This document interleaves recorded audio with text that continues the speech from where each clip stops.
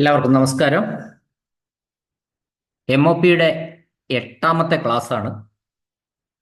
കഴിഞ്ഞ ക്ലാസ്സിൽ നമ്മൾ ഡിസ്പോസലിൻ്റെ തരംതിരിവുകൾ RD, KL, N, XN, XL, FI ഇങ്ങനെയൊക്കെയുള്ള ടൈപ്പ് ഓഫ് ഡിസ്പോസൽ നമ്മൾ 7ാമത്തെ ക്ലാസ്സിൽ കണ്ടതാണ്. ഈ ക്ലാസ്സിൽ നമ്മൾ ഇൻഡെക്സിങ്ങിനെ പറ്റിയും ടൈറ്റിൽ എങ്ങനെയാണ് കൊടുക്കുന്നത്, പിന്നെ നമ്മൾ എഴുത്തുകുത്തുകൾ നടക്കുന്നതിനുള്ള നിയമങ്ങൾ എന്തൊക്കെയാണ്, ഇതാണ് ചർച്ച ചെയ്യുന്നത്. ഇപ്പം ഇൻഡെക്സിങ് എന്ന് പറയുന്നത് ശരിക്കും മലയാളത്തിൽ സൂചകപ്പെടുത്തൽ എന്ന് പറയും. ഒരു സൂചകം എന്ന് പറയുന്നത് നമുക്കറിയാം, നമുക്ക് പ്രധാനമായിട്ടും വളരെ കാലം സൂക്ഷിച്ചു വെക്കേണ്ട ഫയലുകളിലാണ് ഈ ഇൻഡെക്സിങ് വേണ്ടി വരുന്നുള്ളൂ. ഇപ്പോൾ ഒരു കൊല്ലത്തേക്കുള്ള ഒരു സാധനത്തിൽ ഇൻഡെക്സിങ് വേണ്ട, ശരിക്കും അത് വെറുതെ ഫയലിൽ കെട്ടിവെച്ചാൽ മതി. അപ്പോൾ ഇത്തരത്തിൽ നമ്മൾ 10 വർഷവും 20 വർഷമൊക്കെ വേണ്ട സൂക്ഷിക്കേണ്ട ഫയലുകളിൽ ഒരു പ്രത്യേക വിഷയത്തിൽ പാസാക്കിയ ഉത്തരവുകൾ അടങ്ങിയ കടലാസുകൾ എളുപ്പത്തിൽ കണ്ടുപിടിക്കാൻ വേണ്ടിയാണ് ഈ പ്രക്രിയ ചെയ്യുന്നത്. നമ്മൾ നേരത്തെ പാസാക്കി വെച്ചിട്ടുള്ള പേപ്പർ അത് പിന്നീട് നമുക്ക് എപ്പോഴെങ്കിലും ആവശ്യം വരുമ്പോൾ അത് എളുപ്പത്തിൽ കണ്ടുപിടിക്കണം. ഒരു വലിയ പുസ്തകത്തിൽ നിന്ന് നമ്മളൊരു ചെറിയ കണ്ടന്റ് കണ്ടുപിടിക്കുന്നത് എങ്ങനെയാണ്, അതുപോലെ തന്നെയാണ് ഇത്. അപ്പോൾ ആദ്യം അതിൻ്റെ ഫ്രണ്ടിൽ ഇൻഡെക്സ് ഉണ്ടാവും, അല്ലെ പുറകിൽ ഇൻഡെക്സ് ഉണ്ടാവും. ആ ഇൻഡെക്സ് നോക്കും നമ്മൾ, അക്ഷരമാലാക്രമവും ആ വാക്ക് നോക്കി അതിൻ്റെ പേജ് നമ്പറിലേക്ക് നമ്മൾ എത്തി ആ പേജ് നമ്പറിൽ നിന്ന് നമുക്ക് ആവശ്യമുള്ള ചെറിയ കണ്ടന്റ് മാത്രം നമ്മൾ കണ്ടുപിടിക്കും. അതേപോലെ തന്നെയാണ് ഫയലിൻ്റെ കാര്യത്തിൽ നമ്മൾ ഇൻഡെക്സിങ് നടത്തിയാൽ, സ്ലിപ്പ് വെച്ചിട്ട് ഇൻഡെക്സിങ് നടത്തി കഴിഞ്ഞാൽ നമുക്ക് പഴയ കഴിഞ്ഞു പോയ ഫയലുകൾ ഏത് വേണമെങ്കിലും എത്ര വർഷങ്ങൾക്ക് ശേഷവും നമുക്ക് കണ്ടുപിടിക്കാൻ വേണ്ടി കഴിയും. ആ ഒരു പ്രോസസ്സിനാണ് നമ്മൾ ഇൻഡെക്സിങ് അഥവാ സൂചകപ്പെടുത്തൽ എന്നത് ഉദ്ദേശിക്കുന്നത്. നമ്മൾ ഒരു കടലാസിനെ സംബന്ധിച്ച് ഈ ഇൻഡെക്സിങ്ങിൽ എഴുതി ചേർക്കുന്നതാണ് ശീർഷകം എന്നുണ്ടാവും, ടൈറ്റിൽ. ഏറ്റവും പ്രധാനപ്പെട്ടത് ഒന്നാണ് ടൈറ്റിൽ. ഇത് കൂടാതെ ഉള്ളത് ഒന്നാണ് ഹെഡ് അഥവാ തലക്കെട്ട്. അപ്പോൾ നമുക്ക് ഒരു കടലാസ് വേണ്ടി വരുന്നു, ഒരു വിഷയത്തെ സംബന്ധിച്ചിരിക്കുന്ന കടലാസ് വേണ്ടി വരുമ്പോൾ അത് എത്രയും പെട്ടെന്ന് ആ വിഷയത്തിൻ്റെ പൂർണ്ണമായ അർത്ഥം ഉൾക്കൊള്ളുന്ന ഒരു തലക്കെട്ടിനാണ് നമ്മൾ ഹെഡ് എന്ന് പറയുന്നത്. ഹെഡാണ് പ്രധാനപ്പെട്ട ഒന്ന്. ആ ഹെഡ് കൂടാതെ അതിൽ ഉപഹെഡുകൾ ഉണ്ടാവും, സബ് ഹെഡ്. അപ്പോൾ ഒരു സൂചകപ്പെടുത്തലിൽ, ഒരു ഇൻഡെക്സിങ്ങിൽ സാധാരണഗതിയിൽ ഒരു തലക്കെട്ടുണ്ടാവും അഥവാ ഹെഡ് ഉണ്ടാവും, പിന്നെ ഒരു സബ് ഹെഡ് ഉണ്ടാവും, പിന്നെ ഒരു ടൈറ്റിലും ഉണ്ടായിരിക്കും.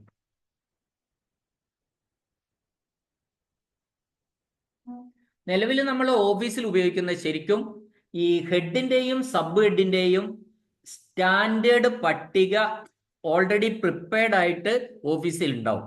ആ സ്റ്റാൻഡേർഡ് പട്ടിക നോക്കിയിട്ട് എല്ലാ അക്ഷരങ്ങളും ഉൾപ്പെടുന്ന എല്ലാ ഫയലുകളും ഉൾപ്പെടുന്ന സ്റ്റാൻഡേർഡ് പട്ടിക ഹെഡ്, സബ് ഹെഡ് ഇവയുടെ ഉണ്ടായിരിക്കും. അത് പ്രിന്റ് ചെയ്തല്ലേ എഴുതി വെച്ചിട്ടുണ്ടാവും. അത് നമ്മൾ നോക്കി നമ്മുടെ കൺസേൺഡ് ഫയലിന് ഏതാണോ യോജിച്ച ഹെഡ്, സബ് ഹെഡ് എന്ന് നോക്കി ആ ഹെഡും സബ് ഹെഡും മാത്രമേ നമ്മൾ നമ്മുടെ ഫയലിൻ്റെ മുകളിൽ സ്ലിപ്പിൽ എഴുതാൻ പാടുള്ളൂ. കാരണം എന്താണെന്ന് വെച്ചാൽ, ഇനി അല്ല നമുക്ക് അതിലൊന്നും നമ്മുടെ ഫയലിന് യോജിച്ച ഒന്ന് കിട്ടിയില്ലെങ്കിൽ മാത്രം സെക്ഷൻ സൂപ്രണ്ടിൻ്റെ പെർമിഷനോടുകൂടി നമുക്ക് പുതിയ ഒരു ഹെഡും സബ് ഹെഡും കണ്ടുപിടിക്കാം, ഉണ്ടാക്കിയാൽ ആ ഹെഡും സബ് ഹെഡും ആ സ്റ്റാൻഡേർഡ് ലിസ്റ്റിലേക്ക് നമ്മൾ ഉൾപ്പെടുത്തണം ആദ്യം. അത് ശ്രദ്ധിക്കേണ്ട ഒരു കാര്യമാണ്. പിന്നെ ഇതിൽ പറയാനുള്ളത്, ഒരു ഹെഡില്ലാതെ സബ് ഹെഡ് ഉപയോഗിക്കാൻ പാടില്ല, തലക്കെട്ടില്ലാതെ ഉപതലക്കെട്ട് ഉപയോഗിക്കാൻ പാടില്ല. അങ്ങനെ പ്രാദേശിക തരംതിരിവ് വേണമെങ്കിൽ നമുക്ക് ചെയ്യാം. അതായത് ഒരു ഹെഡ് സബ് ഹെഡിനോ ശേഷം ജില്ലയോ മുനിസിപ്പാലിറ്റിയോ താലൂക്കോ വില്ലേജോ ഒക്കെ ചേർക്കാം. അപ്പൊ കുറച്ചുകൂടെ ക്ലാരിറ്റി വന്നു. ഇന്ന പേപ്പർ റവന്യൂലെ, ഇന്ന പേപ്പർ ഇന്ന ജില്ലയിലെ പിന്നെ ഇന്ന താലൂക്കിലെ ഇന്ന വില്ലേജിലെ പേപ്പറാണെന്ന് കുറച്ചുകൂടി പ്രാദേശിക തരംതിരിവ് ഡീറ്റെയിൽ ആയിട്ട് എഴുതുമ്പോൾ അത് നമുക്ക് കറക്റ്റായിട്ട് ആ പേപ്പറിലേക്ക് എത്തിച്ചേരാൻ വേണ്ടി കഴിയുമെന്നുള്ളതാണ്. ഇനി പേഴ്സണൽ ആയിട്ടുള്ള പേപ്പേഴ്സ് ഉണ്ട്. വ്യക്തിപരമായ പേപ്പറുകൾ നമ്മൾ ഈ ഇൻഡെക്സിൽ പെടുത്തേണ്ടതായിട്ടുള്ളതുണ്ടാവും. അത് ആ ബന്ധപ്പെട്ട ഓഫീസറുടെ പേരിന് താഴെ സൂചിപ്പിച്ചാൽ മതി. അപ്പോൾ പേഴ്സണൽ പേപ്പേഴ്സ് അത് ഏതെങ്കിലും വിഷയവുമായി ബന്ധപ്പെട്ടതാണെങ്കിൽ പോലും നമ്മൾ ആ ഓഫീസറുടെ പേരിന് താഴെ ആണ് സൂചിപ്പിക്കേണ്ടത്.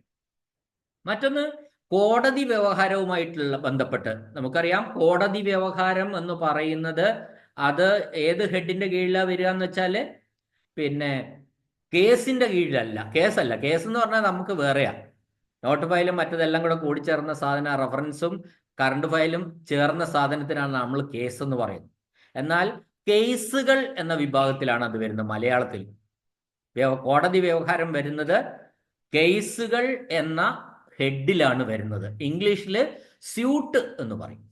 സ്യൂട്ട് അഥവാ കേസുകൾ, അതിലാണ് കോടതി വ്യവഹാരങ്ങൾ വരുന്നത്. അതിൽ തന്നെ ചെറിയ ഷോർട്ട് ഫോംസ് ഒക്കെ നമുക്ക് പറയാനുണ്ട്.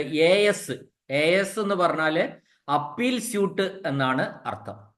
പിന്നെ OS ഉണ്ട്, ഒറിജിനൽ സ്യൂട്ട്. അങ്ങനെയുള്ള ചില ടേംസ് കൂടി നമ്മൾ മനസ്സിലാക്കി വെക്കണം. AS അപ്പീൽ സ്യൂട്ടാണ്, OS ഒറിജിനൽ സ്യൂട്ടാണ്.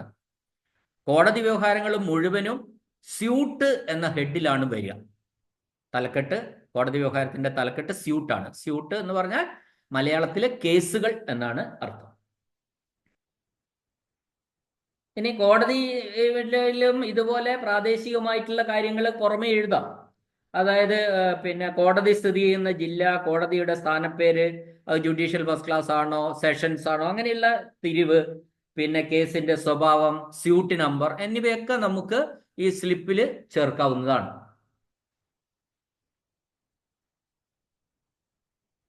ഇനി ഈ ഇൻഡെക്സ് ടൈറ്റിൽസ് ചേർത്തിട്ടുണ്ടെന്ന് തയ്യാറാക്കിയിട്ടുണ്ട് എന്നതിന് ഉറപ്പുവരുത്തേണ്ട ഉത്തരവാദിത്വം സെക്ഷൻ സൂപ്രണ്ടിനാണ്. ഇപ്പൊ ഈ സൂചിക ഈ ഇൻഡെക്സിങ് തയ്യാറാക്കുന്ന ആ രീതിക്കാണ് നമ്മൾ സ്ലിപ്പ് ഇൻഡെക്സ് സമ്പ്രദായം എന്നാ പറയുക. Slip index. അപ്പോ ഇത് മിക്കവാറും ഓഫീസിൽ ഉപയോഗിക്കുന്ന പറഞ്ഞാല് ഒരു ഓഫീസിലെ മുഴുവനായിട്ടും പിന്നെ കാര്യങ്ങൾ ഒരു ഇൻഡെക്സ് സ്ലിപ്പിലേക്ക് വരുത്തുന്ന രീതിയിൽ ആണ് സാധാരണഗതിയിൽ ഇപ്പോൾ ചെയ്യുന്നത്.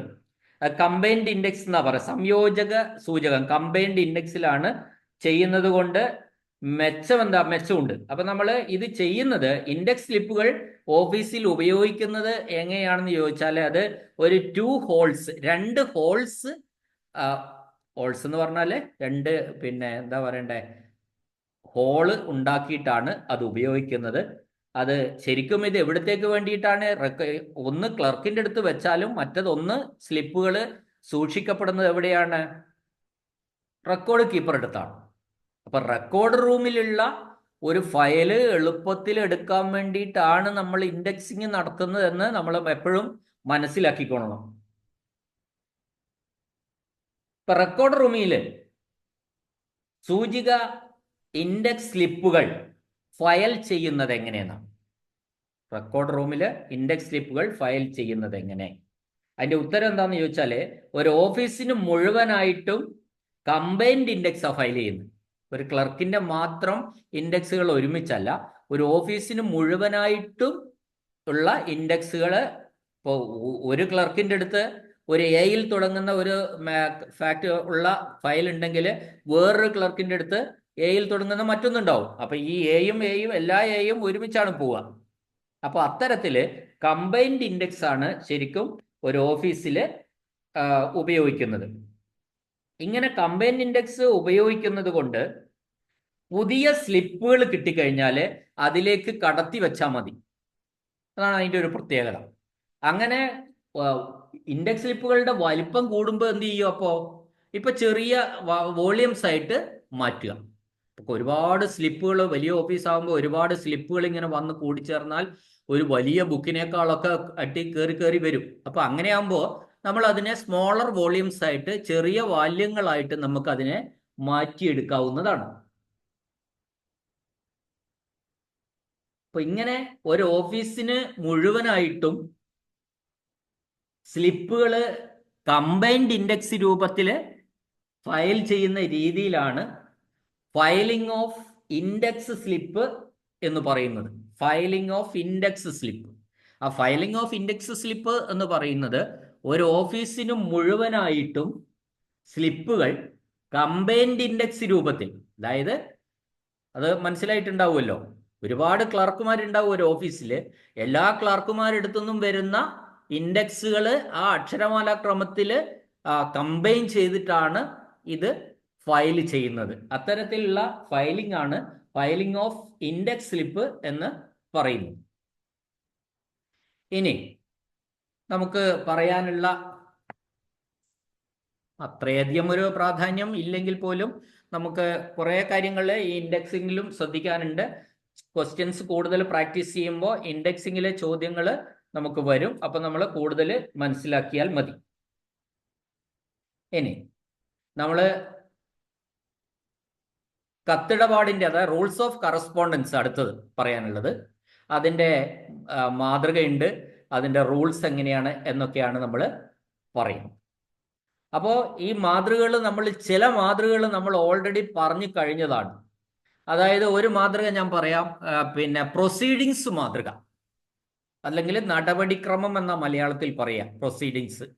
അത് ഒരു ഓഫീസിലെ ഓഫീസ് മേധാവിയെ, ഓഫീസറെ സംബന്ധിച്ചിടത്തോളം നിയമപരമായി അധികാരം വിനിയോഗിച്ച് തൻ്റെ അഭിപ്രായം രേഖപ്പെടുത്തുമ്പോഴോ അല്ലെങ്കിൽ ഒരു കാര്യം നിർവഹിക്കുമ്പോഴോ നമ്മൾ തീരുമാനങ്ങൾ എടുക്കുമ്പോഴോ ചെയ്യുന്ന ഒരു ലെറ്ററാണ് ശരിക്കും ഈ പ്രൊസീഡിങ്സ്. അപ്പൊ അതിൻ്റെ ഒരു ഫോർമാറ്റ് എന്ന് പറഞ്ഞാൽ ഏറ്റവും മുകളിൽ നമ്മൾ എന്തെഴുതും? Proceedings of the deputy director of education Kannur, subject, reference, order number, എന്നിട്ട് നമ്മൾ ക്രമത്തിൽ എഴുതി ഇന്ന ഇന്ന കാര്യങ്ങളായിരുന്നു, ഇന്ന പോലെയാണ്, അവസാനം ഈ സാഹചര്യത്തിൽ in the circumstance the undersigned is pleased to sanction എന്ന് പറഞ്ഞിട്ടുള്ള ഒരു ഫോർമാറ്റാണ് പ്രൊസീഡിങ്സ്.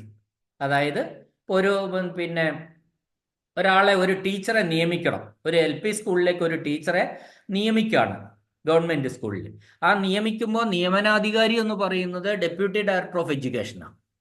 അപ്പോൾ അത് അദ്ദേഹത്തിന്റെ ഒരു അധികാരത്തിൽപ്പെട്ടതാണ്. അപ്പോൾ അയാൾ ആ ഉത്തരവിടുന്നത് ഒരു പ്രൊസീഡിങ്സ് ആയിട്ടാണ്. അയാളുടെ ഉത്തരവാദിത്തത്തെക്കാൾ കൂടുതൽ അധികാരത്തിൽപ്പെട്ട ഒരു കാര്യം ചെയ്യുകയാണ് അയാൾ. അപ്പോൾ ആ ഉത്തരവിടുന്നത് പ്രൊസീഡിങ്സ് രൂപത്തിലാണ്. അതാണ് നടപടിക്രമം എന്ന് പറയുന്നത്. ഇപ്പം ഞാൻ പറഞ്ഞല്ലോ, പലതരത്തിലുള്ള ലെറ്ററുകൾ ഉണ്ട്. ആ ലെറ്ററുകളുടെ ഒക്കെ ഓരോരോ ടൈപ്പ് ആർക്കൊക്കെയാണ് എന്നാണ് നമ്മൾ ഇതിനകത്ത് പറയുന്നത്. അപ്പോൾ ഒരുപാട് ആൾക്കാർക്ക് ഇതുപോലെ ലെറ്ററുകൾ നമ്മൾ കൈകാര്യം ചെയ്യേണ്ടതായിട്ട് വരും. അപ്പോൾ ലെറ്ററുകൾ ശരിക്കും സർക്കാരിലേക്ക് അയക്കുന്നതൊക്കെ ലെറ്റർ രൂപത്തിലാണ് അയക്കേണ്ടത്. തുല്യ നിലയിലുള്ളതോ ഉയർന്ന നിലയിലുള്ളതോ ആയിട്ടുള്ള അധികാരികൾക്ക്, പബ്ലിക് സർവീസ് കമ്മീഷന്, റവന്യൂ ബോർഡിന്, സർവകലാശാലയിലെ വൈസ് ചാൻസലർക്കും രജിസ്ട്രാർക്കോ, ഇത്തരം ഒരുപാട് കാര്യങ്ങൾക്ക് നമ്മൾ സാധാരണ ലെറ്റർ ഫോമാണ് ഉപയോഗിക്കുന്നത്. ഫ്രം ടു വെച്ചിട്ടുള്ള വിഷയം, സൂചന, സബ്ജക്റ്റ്, റെഫറൻസ് വെച്ചിട്ടുള്ള അത്തരത്തിലുള്ള ലെറ്റർ ഫോമാണ്. ആ ലെറ്റർ ഫോം അല്ല നമ്മളിപ്പോൾ പറഞ്ഞ നടപടിക്രമം, പ്രൊസീഡിങ്സ് രൂപം. അപ്പോൾ പ്രൊസീഡിങ്സ് രൂപത്തെക്കുറിച്ച് ഞാൻ പറഞ്ഞു. പ്രൊസീഡിങ്സിൽ നമ്മൾ ആർക്കാണോ ഈ പ്രൊസീഡിങ്സ് കൊടുക്കേണ്ടത് അയാളുടെ പേര് നമ്മൾ ഈ പ്രൊസീഡിങ്സിന്റെ ഏറ്റവും അടിയിലെ ലെഫ്റ്റ് ബോട്ടം സൈഡിൽ എഴുതുകയാണ് ചെയ്യുന്നത്. ഇനി രണ്ടാമത്തെ മാതൃക, അപ്പൊ ഞാൻ പ്രൊസീഡിങ്സ് മാതൃക പറഞ്ഞു, അല്ലെ നടപടിക്രമത്തിന്റെ മാതൃക പറഞ്ഞു. രണ്ടാമത്തെ മാതൃക എന്ന് പറയുന്നത് മെമ്മോറാണ്ടം മാതൃകയാണ്. അത് ഒരു ഇന്റേണൽ പർപ്പസിന് ഉപയോഗിക്കുന്ന ഒന്നാണ്. ഇന്റേണൽ പർപ്പസ്, ഒരു ഓഫീസിനകത്ത് ഉപയോഗിക്കുന്ന ഒരു രീതിയാണ് മെമ്മോ രൂപം. അപ്പോൾ ഒരു ക്ലർക്കിൽ നിന്ന് വേറൊരു ക്ലർക്ക് വിവരങ്ങൾ കൈമാറണമെങ്കിൽ നമുക്ക് മെമ്മോറാണ്ടം രൂപത്തിൽ എഴുതിയാൽ മതി. ഒരു സെക്ഷനിൽ നിന്ന് വേറൊരു സെക്ഷനിലേക്ക് ഒരു കമ്മ്യൂണിക്കേഷൻ പോകണമെങ്കിൽ നമ്മൾ മെമ്മോറാണ്ടം രൂപത്തിൽ എഴുതിയാൽ മതി. മെമ്മോ ഇന്ന കാര്യം പറഞ്ഞിട്ട് അങ്ങ് എഴുതിയാൽ മതി. ഇനി ഓഫീസിലെ തന്നെ ഒരാൾക്ക് കുറ്റപത്രം അല്ലെ ഒരു കാരണം കാണിക്കൽ നോട്ടീസ് കൊടുക്കണമെങ്കിൽ അതും മെമ്മോയാണ് കൊടുക്കുന്നത്. അതും മെമ്മോറാണ്ടം രൂപത്തിലാണ് ചെയ്യുന്നത്. അപ്പോൾ ഇന്റേണൽ പർപ്പസ് ആണ് ശരിക്കും ഈ മെമ്മോറാണ്ടം രൂപം എന്ന് പറയുന്നത്. ഒരു ഓഫീസിനകത്ത് നടക്കുന്ന മുഴുവൻ കാര്യങ്ങൾ അങ്ങോട്ടും ഇങ്ങോട്ടും അറിയിക്കാൻ വേണ്ടിയിട്ട് നമ്മൾ മെമ്മോ ഉപയോഗിക്കുക. ഇനി മൂന്നാമത്തത്, ഇപ്പൊ 2 കഴിഞ്ഞു, പ്രൊസീഡിങ്സ് കഴിഞ്ഞു, മെമ്മോ കഴിഞ്ഞു. ഈ മെമ്മോയുടെയും ആർക്കാണോ മെമ്മോ കൊടുക്കുന്നത് അയാളുടെ പേര് എല്ലാ മാറ്ററിന്റെയും അടിയിൽ ലെഫ്റ്റ് ഹാൻഡ് സൈഡിൽ, ലെഫ്റ്റ് ഹാൻഡ് ബോട്ടം സൈഡിലാണ് പേര് എഴുതേണ്ടത്. ഇനി മൂന്നാമത്തത് എൻഡോഴ്സ്മെന്റ് ആണ്. എൻഡോഴ്സ്മെന്റ് എന്ന് പറഞ്ഞാൽ അതിന്റെ മലയാളം മേലെഴുത്തെന്നോ പുറത്തെഴുത്തെന്നോ പറയാം. ഒരു മറുപടി കൊടുക്കേണ്ട കത്ത് അതിന്റെ വിവരശേഖരണം താഴെ തട്ടിൽ നിന്ന് വന്ന തപാലിന്റെ മേലെ തന്നെ എഴുതി കൊടുക്കുന്ന രീതിയാണ് ഈ മേലെഴുത്ത് എന്ന് പറയും. താഴെ ഓഫീസിൽ നിന്ന് വന്ന ഒരു കത്തിന്റെ മേലെ തന്നെ അതിന്റെ മറുപടി വിവരശേഖരണം വേറെ എന്തെങ്കിലും കാര്യമാണെങ്കിൽ അത് ആ മോളിൽ തന്നെ എഴുതി ആ വന്ന അപേക്ഷയും ഇതെല്ലാം കൂടി അങ്ങോട്ട് തിരിച്ചു കൊടുക്കും. എൻഡിസ് ഫയൽ എന്നാ പറയാ. ഇനി ശരിക്കും എൻ ഡിസ്പോസലാണ്. അതായത് ആ ഡിസ്പോസൽ നടക്കുന്നത് ഇൻ ഒറിജിനലാണ്. ഒറിജിനലിൽ തന്നെ അയച്ചു കൊടുക്കുകയാണ്. ഇത് പ്രധാനമായിട്ട് പെട്ടെന്നുള്ള കാര്യങ്ങൾക്ക് വേണ്ടിയിട്ട് ഇത്തരത്തിലുള്ള എൻഡോഴ്സ്മെന്റ് നമ്മൾ പുറത്തെഴുത്ത് നടത്താറുണ്ട്. അല്ലെങ്കിൽ താഴെയുള്ള ഓഫീസുകളിൽ ഒരു സർക്കാർ ഉത്തരവ് മേലെ ഓഫീസിൽ വന്നു, മേലെ ഓഫീസിൽ ഒരു സർക്കാർ ഉത്തരവ് വന്നാൽ, അല്ല സർക്കാരിന്റെ ഒരു അറിയിപ്പ് വന്നു, ആ അറിയിപ്പ് താഴെ ഓഫീസുകളിലേക്കൊക്കെ കൈമാറ്റം ചെയ്യണം അവരറിയാൻ വേണ്ടി. അങ്ങനെ ഒരു സാഹചര്യത്തിൽ ഈ വന്ന കത്തിന്റെ പുറത്ത് ഒരു പുറത്തെഴുത്ത് നമ്പർ എന്ന് പറഞ്ഞിരിക്കും, എല്ലാ ഓഫീസുകളിലേക്കും അറിയിപ്പിനായി അറിയുന്നതിന് വേണ്ടി സമർപ്പിക്കുന്നു എന്ന് പറഞ്ഞിട്ട് തരുന്നു എന്ന് പറഞ്ഞിട്ട് ഒരു കുറിപ്പ് എഴുതിയിട്ട് ഇത് അങ്ങനെ തന്നെ ഫോർവേഡ് ചെയ്യാം. അതാണ് എൻഡോഴ്സ്മെന്റ് എന്ന് പറയുന്നത്.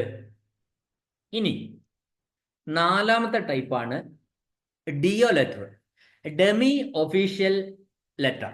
ഡെമി ഒഫീഷ്യൽ ലെറ്റർ അഥവാ DO ലെറ്റർ. ഇത് ശരിക്കും അർദ്ധ ഔദ്യോഗിക കത്ത് എന്നാണ് ഇതിനറിയപ്പെടുന്നത്. അർദ്ധ ഔദ്യോഗിക കത്തിന്റെ ഒരു പ്രത്യേകത എന്താന്ന് പറഞ്ഞാല് ഇതിൽ ഈ കത്തില് ഒഫീഷ്യൽ ഫോർമാലിറ്റീസ് ഒന്നും ഉണ്ടാവില്ല. ഡിയർ ഫ്രണ്ട് എന്നോ ഡിയർ പേര് വിളിക്കാം, ഡിയർ ശശിന്നോ എന്തെങ്കിലും പേര് വിളിച്ച് അഭിസംബോധന ചെയ്യാം. രണ്ടാമത്തത് ഈ കത്ത് എഴുതാനുള്ള കാരണം അർദ്ധ ഔദ്യോഗിക. ഒരു ഉദാഹരണം ഞാൻ പറയാം. അപ്പോൾ ഒരു താഴെയുള്ള ഒരു ഓഫീസിലുള്ള ഓഫീസർക്ക് ഒരു ഡീറ്റെയിൽ കിട്ടാൻ വേണ്ടി ഒരുപാട് കാര്യങ്ങൾ കത്തയച്ചു. അയാൾക്ക് 2 റിമൈൻഡർ അയച്ചു. ആ 2 റിമൈൻഡർ അയച്ചിട്ടും അയാള് ആ കാര്യങ്ങൾക്കുള്ള മറുപടി കൃത്യസമയത്ത് സമർപ്പിച്ചില്ല. അത്തരം ഒരു സാഹചര്യം വന്നു. ഇയാളെ 2 വഴക്ക് പറയണം. അപ്പോൾ അതിനു മുന്നേ ഈ കാര്യം ഇയാൾ ഇന്നയാളാന്ന് നമ്മൾ ഔദ്യോഗിക രേഖകളിൽ ചേർക്കുന്നത് ശരിയല്ല. അപ്പോൾ അത്തരം ഒരു സാഹചര്യത്തിൽ ഈ മേലെയുള്ള ഹെഡ് ഓഫീസർ താഴെയുള്ള ഓഫീസർക്ക് ഒരു കത്ത് കൊടുക്കുകയാണ്. DO ലെറ്റർ എന്നായിട്ട് തന്നെ കൊടുക്കുന്നത്. അർദ്ധ ഔദ്യോഗിക കത്ത് എന്ന് പറഞ്ഞിട്ട് തന്നെ കൊടുക്കുകയാണ്. അപ്പോൾ അത് സൗഹാർദ്ദപരമാണ് ശരിക്കും അത്തരത്തിലുള്ള കത്തുകൾ. അപ്പോൾ ഈ താഴെയുള്ള ഓഫീസർ MOP പഠിച്ച ആളാണെങ്കിൽ അയാൾക്ക് കാര്യങ്ങൾ വളരെ മനസ്സിലായി, ഇത് വളരെ ഗൗരവത്തിൽ എടുത്തിരിക്കുകയാണ്. അപ്പോൾ ഒരു ഫർദർ ആക്ഷൻ വരുന്നതിന് തൊട്ട് മുമ്പുള്ള സൗഹൃദ കത്താണ് എന്ന് വേണമെങ്കിൽ നമുക്കിതിനെ മനസ്സിലാക്കാം. അപ്പോൾ അത് ഒരു ഒഫീഷ്യൽ ഫോർമാലിറ്റികൾ ഒന്നും ഉണ്ടാവില്ല കത്തില്. രണ്ടാമത്തെ കാര്യം, ഈ കത്ത് ഒരു ഔദ്യോഗിക രേഖകളിൽ ചേർക്കുന്നത് ശരിയല്ല. എന്താ എഴുതണ്ട അങ്ങനെ ചേർക്കുകയാണെങ്കിൽ ഇന്ന ഒരു മേധാവിക്ക് ഇന്ന കാര്യങ്ങൾ അയച്ചു കൊടുത്തിട്ട് അയാൾ തന്നില്ല, 2 തവണ അയാൾക്ക് റിമൈൻഡർ അയച്ചിട്ടും അയാൾ ഈ പേപ്പറുകളൊന്നും അയച്ചു തന്നില്ല എന്നൊക്കെ എഴുതുന്നത് ഒരു ശരിയല്ലാത്ത പരിപാടിയാണ്. അപ്പൊ അതിന് പകരമായിട്ട് ഒരു DO ലെറ്റർ കൊടുക്കുക. അപ്പോൾ DO ലെറ്ററിന്റെ ഒരു പ്രത്യേകത എന്ന് പറഞ്ഞാൽ നമ്മൾ without the formality of office procedure, ആ വാക്ക് കണ്ടാൽ തന്നെ DO ലെറ്റർ ആണ്. ഓക്കെ, ഇനി പറയാനുള്ള ഒരു കാര്യം, നമുക്കൊരു കാര്യം, ഒരു കത്ത്, ഗവൺമെന്റിന് ഒരു കത്ത് എഴുതണം. നമ്മളൊരു ഡിപ്പാർട്ട്മെന്റിൽ വർക്ക് ചെയ്യാണ്. നമ്മൾ ഗവൺമെന്റിന് കത്ത് എഴുതണമെങ്കിൽ നമ്മുടെ ഡിപ്പാർട്ട്മെന്റ് മേധാവി മുഖാന്തരം മാത്രമേ ഗവൺമെന്റിന് കത്ത് ഗവൺമെന്റിലേക്ക് അഡ്രസ്സ് ചെയ്തിട്ട് നമുക്ക് എഴുതാം. പക്ഷെ ത്രൂ പ്രോപ്പർ ചാനൽ നമ്മൾ വെക്കുക. ത്രൂ പ്രോപ്പർ ചാനൽ എന്ന് പറഞ്ഞാൽ നമ്മളുടെ ഹെഡിന്റെ, അതായത് വകുപ്പ് മേധാവി, അതാണ് ഡിപ്പാർട്ട്മെന്റൽ ഹെഡ്. നമ്മുടെ സ്ഥാപനത്തിലെ ഹെഡ് നമ്മളായിരിക്കും, അല്ലെ നമ്മളൊരു റീജിയണൽ ഓഫീസർ ആയിരിക്കും. ഇവരൊക്കെ ഇവിടുത്തെ ഹെഡ് ആണെങ്കിൽ പോലും, ഇവിടുത്തെ DDO ആയിരിക്കാം, ഹെഡ് ആയിരിക്കാം, ആണെങ്കിലൊക്കെ തന്നെ ഗവൺമെന്റിലേക്ക് ഒരു കത്ത് കൊടുക്കണമെങ്കിൽ, കത്ത് അയക്കണമെങ്കിൽ നമ്മളുടെ ഡിപ്പാർട്ട്മെന്റ് ഹെഡിലൂടെ മാത്രമേ അയക്കാൻ പാടുള്ളൂ എന്ന ഒരു നിയമമുണ്ട്. അത് സ്ട്രിക്റ്റ് ആയിട്ട് ഫോളോ ചെയ്യേണ്ടതാണ്.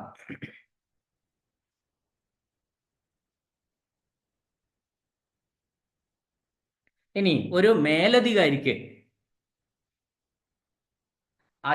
താഴെയുള്ള ഒരു ഉദ്യോഗസ്ഥനെതിരെ ഒരു അച്ചടക്ക നടപടി എടുക്കണം, അല്ലെ അയാൾക്കൊരു വാണിംഗ് കൊടുക്കണം. ഇത്തരം സാഹചര്യങ്ങളിലൊക്കെ ആ മെമ്മോയിൽ ഒപ്പിടേണ്ടത് ഓഫീസ് മേധാവി തന്നെയാണ്. ആ ഹെഡ് ഓഫ് ഓഫീസ് തന്നെയാണ് അത്തരത്തിലുള്ള കാര്യങ്ങളിലൊക്കെ സൈൻ ചെയ്യേണ്ടത്. ഇനി ഡ്രാഫ്റ്റ് ഓഫീസിലെ അധികാരി, ഓഫീസ് ഹെഡ് അംഗീകരിച്ചു, ഒപ്പിട്ട് കഴിഞ്ഞാൽ ആ ഡ്രാഫ്റ്റ് ഒപ്പിട്ടുന്നതോടുകൂടി എന്തായി, ശരിക്കും അത് ഓർഡർ ആയി കഴിഞ്ഞു. ആ ഡേറ്റ് ആണ് നമ്മൾ ഓർഡർ ഡേറ്റ് ആയിട്ട് വെക്കുന്നത്. പിന്നീട് അതിനുശേഷം ഒരു പ്രോസസ്സേ വരുന്നുള്ളൂ, ടൈപ്പ് ചെയ്യുന്നു, അത്രയേ ഉള്ളൂ. ആ ടൈപ്പിന് ശേഷം ആരെയാണോ ചില കാര്യങ്ങൾ മാത്രം ഹെഡ് ഓഫ് ഓഫീസ് അതിൽ ഒപ്പിട്ടാൽ മതി. അപ്പോൾ ചിലതിൽ നമ്മൾ സെക്ഷൻ സൂപ്രണ്ട് ഒപ്പിട്ടാൽ മതി എന്നുള്ള ചില പേപ്പറുകളുണ്ട്. അത്തരം കാര്യങ്ങളിൽ സെക്ഷൻ ഗ്രൂപ്പുണ്ട്, ഒപ്പിട്ടാൽ മതി. ഇനി നമ്മളൊരു ഗവൺമെന്റിനെ അഡ്രസ്സ് ചെയ്യണമെങ്കിൽ, ഗവൺമെന്റിലേക്ക് നമ്മൾ ഒരു കത്തെഴുതണമെങ്കിൽ നമ്മൾ ലെറ്റർ ഫോമാണ് ഉപയോഗിക്കേണ്ടത്. പ്രധാനപ്പെട്ട ഫോംസ് നമ്മൾ പറഞ്ഞു: ലെറ്റർ ഫോം, പിന്നെ മെമ്മോറാണ്ടം, DO ലെറ്റർ, എൻഡോസ്മെന്റ്. മെയിനായിട്ട് ഈ 4 എണ്ണത്തിൽ നമ്മൾ ഫോക്കസ് ചെയ്യുന്നു. അപ്പോൾ ഓരോന്നും എവിടെയൊക്കെയാണെന്നുണ്ട്. ഒരു ഓഫീസിനകത്താണെങ്കിൽ മെമ്മോറാണ്ടാണ് ഉപയോഗിക്കുന്നത്. ഇപ്പോൾ ഗവൺമെന്റിനേക്ക് അഡ്രസ്സ് ചെയ്തിട്ട് ഒരു കമ്മ്യൂണിക്കേഷനാ കൊടുക്കേണ്ടതെങ്കിൽ ലെറ്റർ ഫോം ഉപയോഗിക്കണം. ഇനി ഒരു ഡിപ്പാർട്ട്മെന്റിൽ നിന്ന് വേറൊരു ഡിപ്പാർട്ട്മെന്റിലേക്ക് ഒരു അറിയിപ്പ് കൊടുക്കാൻ വേണ്ടിയിട്ടാണെങ്കിൽ അപ്പോഴും നമ്മൾ ലെറ്റർ ഫോം ഉപയോഗിക്കണം. ഇനി നമ്മൾ ഒരു താഴെയുള്ള ഓഫീസർ, ചോദ്യമാണ്, ഒരു താഴെയുള്ള ഓഫീസർമാരുടെ അറിവിലേക്ക് ഒരു ജില്ലാ ഓഫീസർ താഴെയുള്ള ഓഫീസർക്ക് ഒരു അറിവിലേക്ക് കൊടുക്കാൻ ഒരു സർക്കാർ ഉത്തരവ് അയക്കുകയാണ്. അപ്പോൾ ഏത് രീതിയിലാണ് ചെയ്യേണ്ടത്? ആ സർക്കാർ ഉത്തരവിന്റെ പുറത്ത് ഒരു എൻഡോഴ്സ്മെന്റ് നടത്തിയാൽ മതി, ഒരു പുറത്തെഴുത്ത് നടത്തിയിട്ട് അങ്ങോട്ട് അയച്ചു കൊടുത്താൽ മതി. അടുത്ത ചോദ്യം: ഹെഡ് ഓഫ് ഓഫീസിന്റെ ഒരു തീരുമാനം, അദ്ദേഹത്തിന്റെ അധികാര പരിധിയിൽ വരുന്ന ഒരു തീരുമാനം എന്തായിട്ട്, ഏത് രൂപത്തിലാണ് കമ്മ്യൂണിക്കേറ്റ് ചെയ്യുന്നത്? അത് പ്രൊസീഡിങ്സ് ആണ്, നടപടിക്രമം ആയിട്ടാണ്. അടുത്ത ചോദ്യം: ഒരേ ഓഫീസിലെ ഒരു സെക്ഷനിൽ നിന്നുള്ള വിവരം മറ്റൊരു സെക്ഷനിലേക്ക് കൈമാറണം. അത് ഞാൻ നേരത്തെ പറഞ്ഞു, ഒരു ഓഫീസിലെ തന്നെ ഒരു സെക്ഷനിൽ ക്ലർക്കിൽ നിന്ന് വേറൊരു സെക്ഷനിലേക്ക് വിവരങ്ങൾ കൈമാറണമെങ്കിൽ ഏത് രൂപത്തിൽ കൊടുത്താൽ മതി? മെമ്മോറാണ്ടം രൂപത്തിലാണ് കൊടുക്കേണ്ടത്. എൻ